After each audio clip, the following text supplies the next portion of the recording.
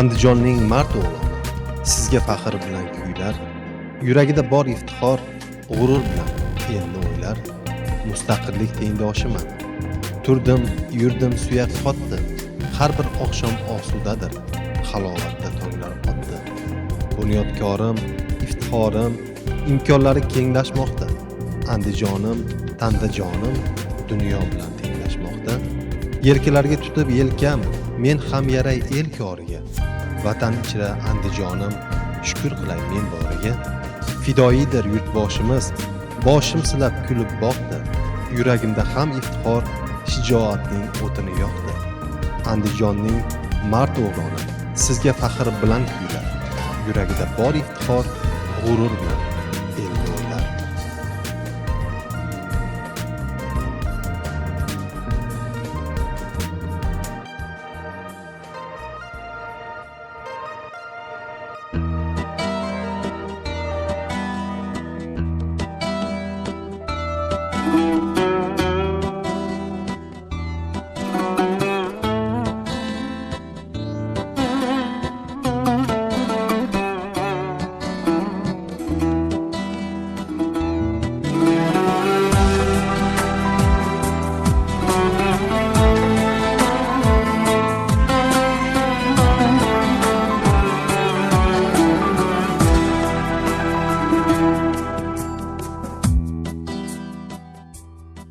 Biz ular bilan ko'cha-ko'yda, bozorlar yoki turli jamoat joylarda gohida ro'baro kelamiz.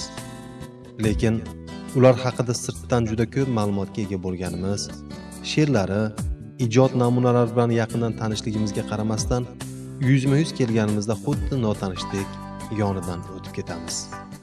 Ular hayotini hokisorlik bilan o'tkazadigan, xalq, millat dardini o'z dardi deb biladigan, insonlarni ezgulikka, yaxshilikka, mehr-muhabbatga chorlaydigan ijod ahlidir.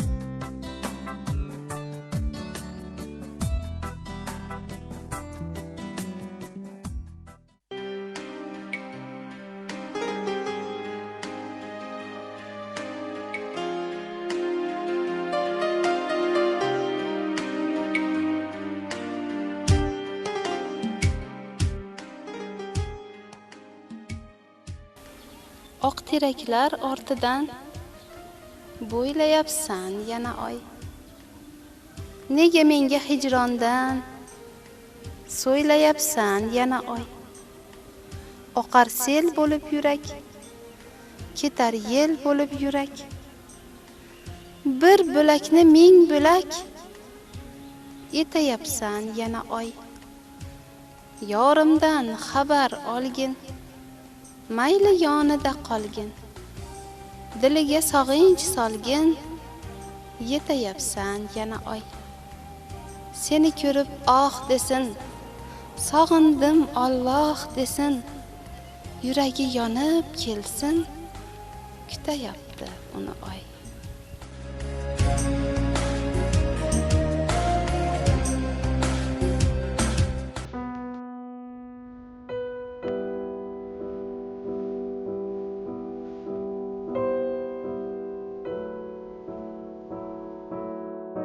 Saida Ziyo. Bu nom endigina she'riyat sahnasida paydo bo'lgan bo'lsa-da, lekin sahna ortidagi uzoq mashqlar, tortinchoqlik, o'z she'rlariga bo'lgan talabchanlik uni ma'lum muddat katta davralardagi mushoiralardan yashirib keldi.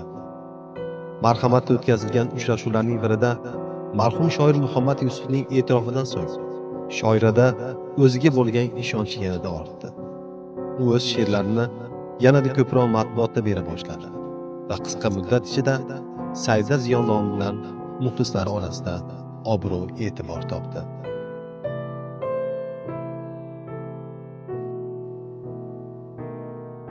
Meni ijodga kirib kelishimga asosiy sabab bo'lgan ustozlarimning, ayniqsa Muhammad Yusuf nomi bilan bog'liq bo'lgan marhamatimiz, bu yerdagi xalqimizning adabiyotga, she'riyatga bo'lgan qiziqishlari, ixlosmandliklari, tarixga bo'lgan, bugungi kunga rivojlanishlarga bo'lgan qiziqishlarini namoyon qilib, she'riy satrlar orqali izhor qilib namoyon qilishimga musaffo osmonimiz, bugungi kunimizdagi turli jabhalardagi o'zgarishlar, turli sabablarga ko'ra qo'limga qalam olib, avvalambor vatanni, muhabbatni, yor vaslini, hijronni samimiy, sodda satrlarda ifodalashga harakat qilaman. İlk she'rlaringizni eslay olasizmi? Albatta, ilk she'rlarim maktab davrida bo'lgan. Kichik davralarda she'rlarimni o'qib, ustozlarimga, tengdoshlarimga, qolaversa tuman va viloyat gazetalarida chiqarishga erishganman. İlk she'rlarim ko'proq bolalik dunyosiga qaytish, turli o'y mushohadalar, orzular haqida bo'lgan. Qisqachagina sizga o'qib beraman. O'sha ilk yozgan she'rlarimdan bolalikka o'zi xayolparast bo'ladi. Shu orada agar men o'g'il bola bo'lsa edim deb nomlangan she'rim ancha mashhur bo'lgan davralarda, sinfdoshlarim balki maktabda ham. O'sha she'rimni hali hanuzgacha qaysi davrada bo'lsak bir qator eslab o'tishadi. O'g'il bola bo'lsa edim, kamolatga to'lsa edim, ko'zin bilardim, ishni kun demasdim, yoz qishni. Rosa mazza qilardim, ne qilishni bilardim. Urishtirib xo'rozni qo'yib barcha ovozni giroy bo'lib yurardim. Soat 10 da turardim. Domla bilan direktor so'ksa bo'lmasdim dir-dir. Qizarmasdim zarracha, ahamiyatsiz pashshacha. Sochni yelkada qo'yib bitta o'zim yurardim. Yo'lin to'sib qizlarni 3 ko'chada turardim. Ayam cheksa faryodni, yodlab olib bor dodni xayolimga kelmasdi, hech kim meni bilmasdi. Tomga chiqib olardim, shu kecha men qolardim. Xo'rozimni o'ziga tuxumin ochtirardim. Dadamga axchasidan boshidan sochtirardim. Ochib chiqqan jo'jasi til tortmasdan o'lardi, daftarimni to'rida qizil xo'roz bo'lardi. Bu albatta hazil she'r, ancha xayolparast bo'lgan bo'lsam kerak. Bu bo'lsam, qush bo'lsam, bulbul bo'lsam, gul bo'lsam, turli mavzularda yozilgan she'rlar mujassam.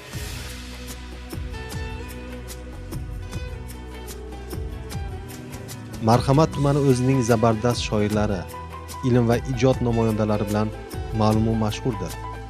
O'ziga xos adabiy, joiz bo'lsa ijodiy muhitda kamol topgan Saida Ziyo o'z taqdirini shoirlikka bog'lamagan bo'lsa-da, lekin shoirlik qismati uni tark etmasligini anglab yetganiga ko'p bo'lganicha yo'q.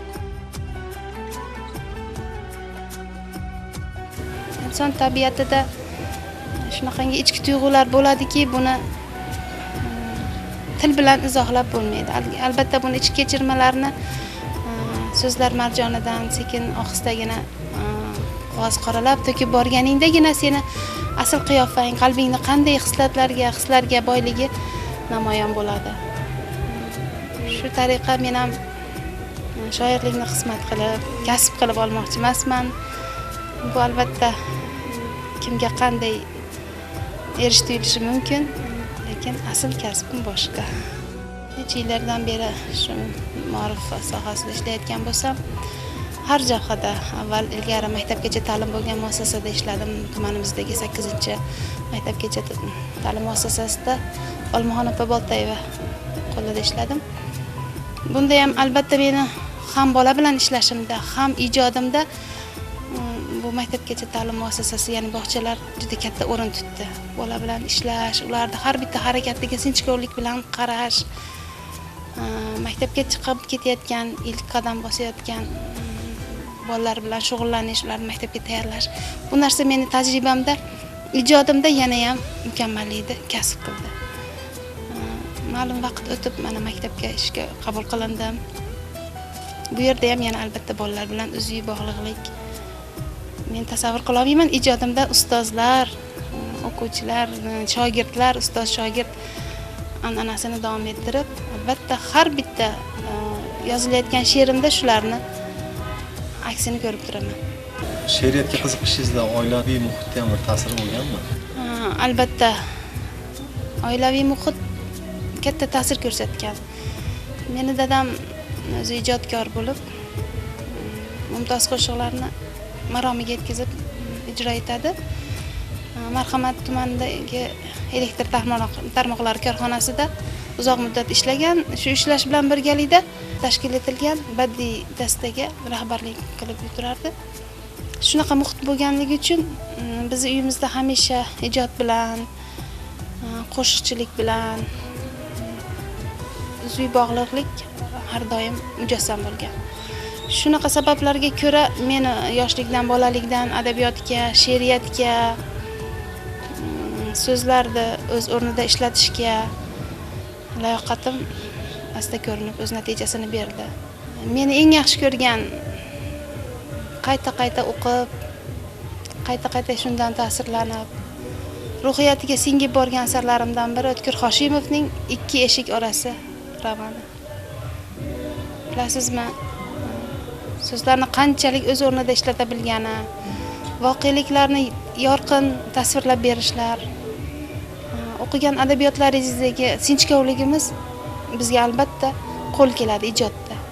Shuning uchun jahon adabiyoti, o'zbek va rus adabiyotini diqqat bilan o'rganib borishga harakat qilaman. Siz uchun she'riyat nima o'zi? Bilasizmi, she'riyatni men o'zim fikrlashim bo'yicha qalbning eng nozik torlariga tekkan tuyg'ularning aks sadosi deb bilaman. Qachonki chiroyli voqelikni guvohi bo'lsang yoki yaxshi ta'sirli kitob o'qisang, chiroyli qo'shiq eshitsang, shunaqa sabablar g'amdan, alamdan, hijrondan, o'kinchdan, turli sabablarga ko'ra qalbingga nimadir kirib borsagina o'zini aks sadosini bera oladi. Shundagina she'r paydo bo'ladi. Shu she'rlaringizni birov tanqidsa yoki maqtasa o'zingizni qanday his qilasiz?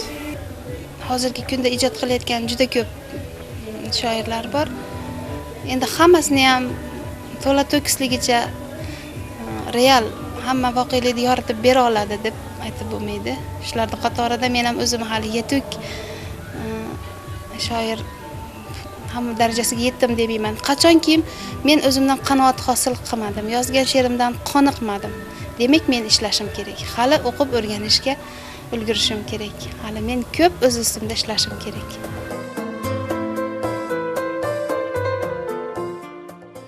Shoir uchun kuzatuvchanlik, oldinni ko'ra bilish, har bir voqea hodisaga nisbatan teran mulohaza va mushohada bilan yondashish eng muhim jihatlardan hisoblanadi. Saida Ziyo ham o'z she'rlarida tasvir uyg'unligini mushohada bilan qorishtirib, mulohaza bilan yakunlashga harakat qiladi. Nahotki men seni o'ylasam ayb, sen o'tsang izingdan bo'ylasam ayb, yulduzlarga sirim so'ylasam ayb, yuragim xastadir, yuragim mayib. Yoshlidir nigohim qarodan tiniq, men senga so'z demay ketsam-da iliq, yer tortdi bag'rimni, ranglarim siniq, yuragim xastadir, yuragim mayib. Ag'yorlar yo'limni, qo'limni qisar, ayt o'zing bu ko'ngil bunchalar qaysar, men seni asradim bo'lmay dardisar, yuragim xastadir, yuragim mayib. Sen uchun ilonning og'zida qoldim, ne kelsa ne savdo bo'ynimga oldim, alam sahrosida ko'zdan yo'qoldim, yuragim xastadir, yuragim mayib. Qilt etgan yaproqni ko'rmadi ko'zim, takrordir, takrordir, takrordir so'zim, o'zimga tiladim Tangridan to'zim, sevgidan xastaman, sevgidan mayib. Dunyodan mast bo'lsang, men bo'lay soqiy, oh umring davomi, tilagim boqiy. Sendan rozi bo'lsin yolg'iz ilohiy, sen uchun xastaman, sog'inib mayib. Hayotda turli to'siqlarga duch kelganingizda yo ichki tuyg'ularingiz qandaydir sokinlikka qarab yuz tutganda, albatta qalam hamroh bo'ladi menga. G'amli kunlarda ham, quvonchli kunlarda ham. Bilasizmi, bu narsadan hech qachon o'zimni ayrog'i oldida tasavvur qilmaganman. O'zbek she'riyatida bugungi kundagi o'zini o'rnini topa olgan bir qancha yetuk shoirlarni aytib o'tishimiz mumkin. Lekin shu narsaga iqrorimizki, qo'lida qalami bor, yuragida she'riyatga, o'zgarishlarga, hamma narsaga befarq qolmagan insonning qalbida, ko'nglida hech qachon yovuzlik bo'lmaydi. Demak, biz she'rga oshnomiz, demak biz yashayapmiz. She'rda o'qib borishda, masalan, yozilgan she'rni hech qachon sen mana shu holatda yozilgan bunday deb tasvirlashing mumkin emas. Shunday she'r yozginki, o'sha she'r o'zi tilga kirsin. Yor haqidami, hijron haqidami, sog'inch haqidami, vatan haqidami, muhabbat, yaproq haqidami, qaysi mavzudan bo'lishidan qat'iy nazar, o'sha she'r tilga kirib, o'ziga o'zi javob beradigan darajada mukammal bo'lishiga harakat qilaman. Shu narsa bo'lishi shart deb o'ylayman.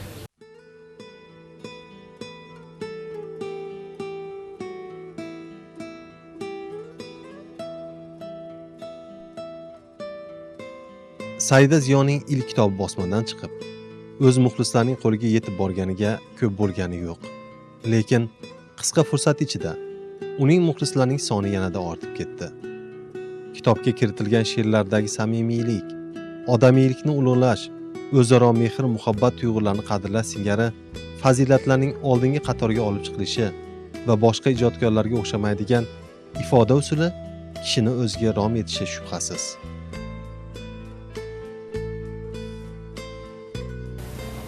Toshkentdan Muharrir nashriyotidan bizga diydor g'animat deb nomlangan ilk kitobim nashrdan chiqdi.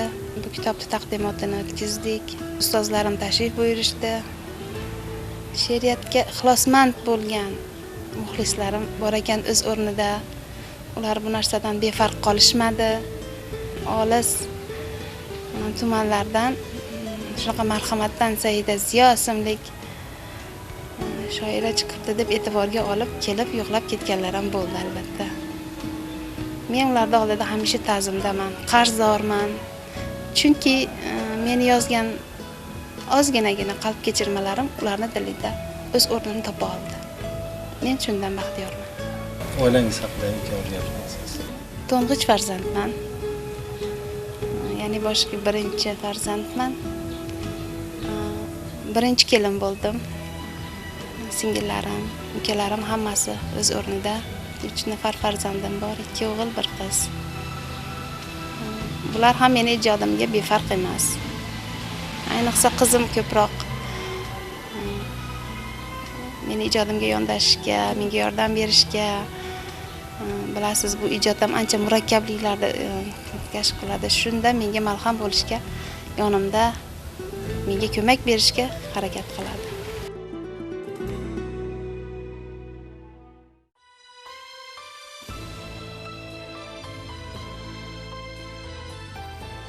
Shoir vatanni shunchalik sevadiki, uning har bir gardiga ham o'zgacha mehr bilan boqadi. Shuning uchun ham hech bir ijodkor yo'qki, uning she'rlarida vatan madhi kuylanmagan bo'lsa.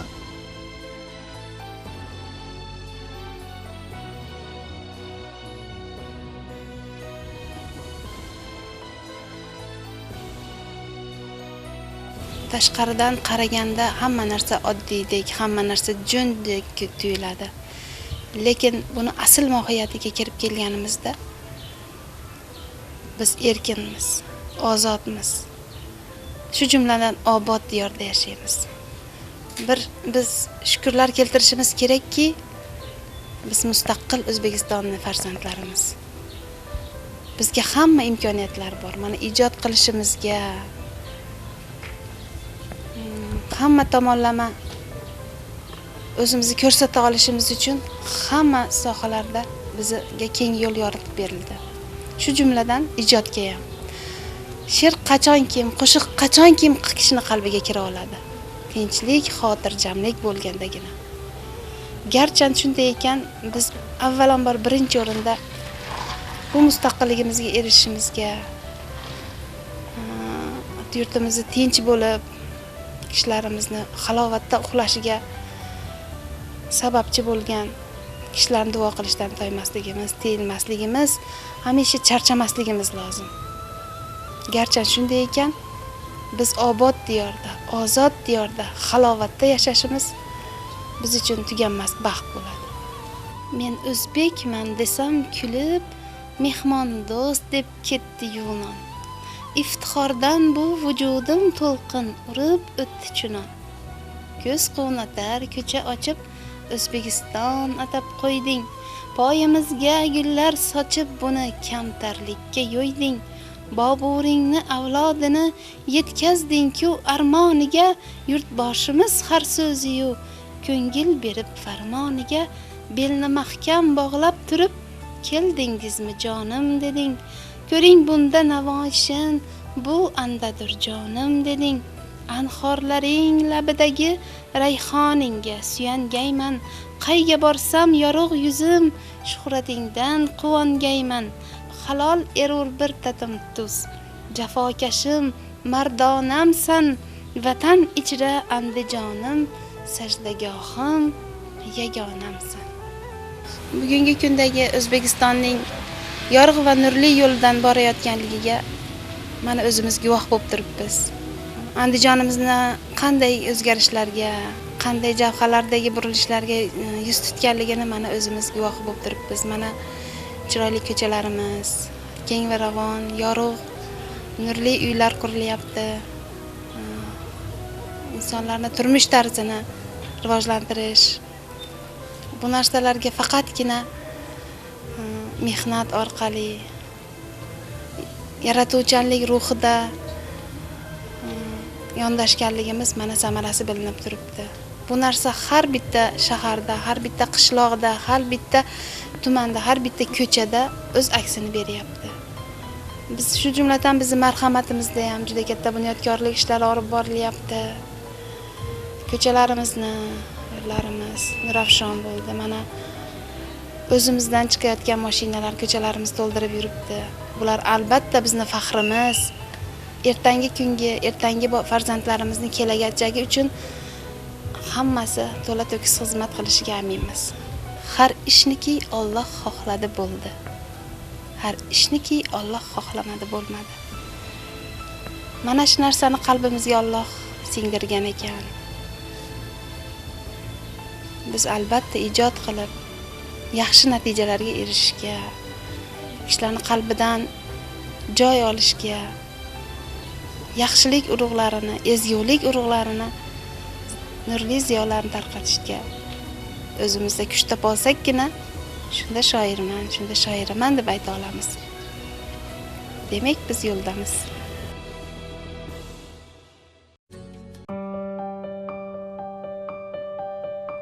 Saida Ziyoning hali orzu niyatlari bir olam. Kelajakda o'z ustida tinimsiz izlanib, muxlislari oldidagi burchini bajarish, yangi ijodiy asarlar bilan kitobxonlarni xushnud etish. Xalqimiz izlangan insonga tole, baxt yor ekanligini ta'kidlaydi.